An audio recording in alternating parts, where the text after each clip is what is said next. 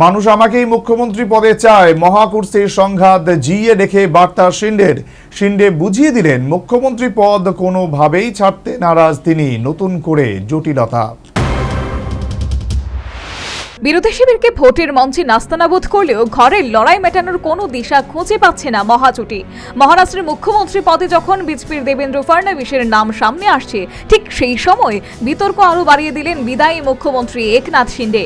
ইশারায় বুঝিয়ে দিলেন মুখ্যমন্ত্রী পদ কোনোভাবেই ছাড়তে নারাজ তিনি। সর্বভারতীয় সংবাদ মাধ্যম ইন্ডিয়ান এক্সপ্রেসকে দেওয়া এক সাক্ষাৎকারে তিনি জানালেন, মহারাষ্ট্রের মানুষ আমাকেই মুখ্যমন্ত্রী হিসেবে চান। মহারাষ্ট্রের শাসক জোট মহাজোটে চমকে দেওয়া জয় পেয়েছে বিধানসভা ভোটে। 288টি বিধানসভার আসনের মধ্যে একাই 132টি আসনে জয়ী হয়েছে বিজেপি। শিবসেনা পেয়েছে 57টি আসন, এনসিপির ঝুলিতে এসেছে 41টি আসন। যদিও এরপর মুখ্যমন্ত্রী কি হবেন তা নিয়ে শুরু হয়েছে ধোঁয়াশা। মহাজোটের জয়ের এক সপ্তাহ পেরিয়ে গিয়েছে।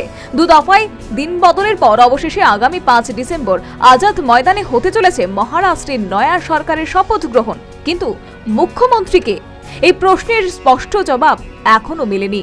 শনিবার পরিষ্কার হয়ে যায় বিজেপি পাচ্ছে মুখ্যমন্ত্রীর পদ। বাকি দুই শরিক শিবসেনা শিন্ডে শিবির ও এনসিপির অজিত পাওয়ার শিবির পাবে উপমুখ্যমন্ত্রীর আসন। তবুও সাসপেন্স অবশ্য অব্যাহত রয়েছে।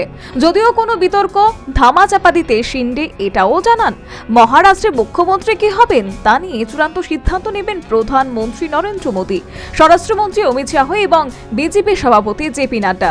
তারা যা সিদ্ধান্ত নেবেন সেখানে আমার পূর্ণ সমর্থন থাকবে। যদিও রবিবার সংবাদ মাধ্যমকে দেওয়া সাক্ষাৎকারে একনাথ শিন্ডে বলেন, আমি মানুষের মুখ্যমন্ত্রী ছিলাম। এমনকি আমি সর্বদা বলে এসেছি, আমি শুধু মুখ্যমন্ত্রী নয়, বরং কমন ম্যান হয়ে কাজ করছি। সাধারণ মানুষের সমব্যথী হয়ে তাদের সমস্যা ও কষ্ট দূর করার চেষ্টা করেছি। যেহেতু সাধারণ মানুষের সঙ্গে মিশে গিয়ে তাদের একজন হয়ে আমি কাজ করেছি, তাই স্বাভাবিকভাবে মানুষ মনে করেন আমারই মুখ্যমন্ত্রী পদে বসা উচিত। শিন্ডের এহেন মন্তব্য প্রকাশ্যে আসার পর স্বাভাবিকভাবেই জলঘোলা হতে শুরু করেছে মারাঠা রাজনীতিতে। মুখ্যমন্ত্রীর পদ নিয়ে টানাপোড়েনের মাঝে দাঁড়িয়ে সরাসরি মুখ্যমন্ত্রীর দাবি পেশ না করলেও রাজনৈতিক মহলের দাবি, এই বার্তার মাধ্যমে শিন্ডে বুঝিয়ে দিলেন মুখ্যমন্ত্রী পদের যোগ্য দাবিদার তিনি। বিধিন সরকারের রিপোর্ট, নিউজ ভ্যানগার্ড। এই প্রথম আগরতলার চিলড্রেন্স পার্কে অনুষ্ঠিত হচ্ছে north east industry and trade fair. এই মেলায় সারা ভারত থেকে 20টিরও বেশি রাজ্য তাদের শিল্প প্রদর্শন করেছে। এছাড়াও নর্থ ইস্ট ইন্ডাস্ট্রিগুলি তাদের পণ্য নিয়ে হাজির হয়েছে এই মেলায়। এই প্রদর্শনী চলবে 22 নভেম্বর থেকে 9 ডিসেম্বর পর্যন্ত। তাহলে আর দেরি না করে আজই চলে আসুন আর উপভোগ করুন আমাদের এই প্রদর্শনী।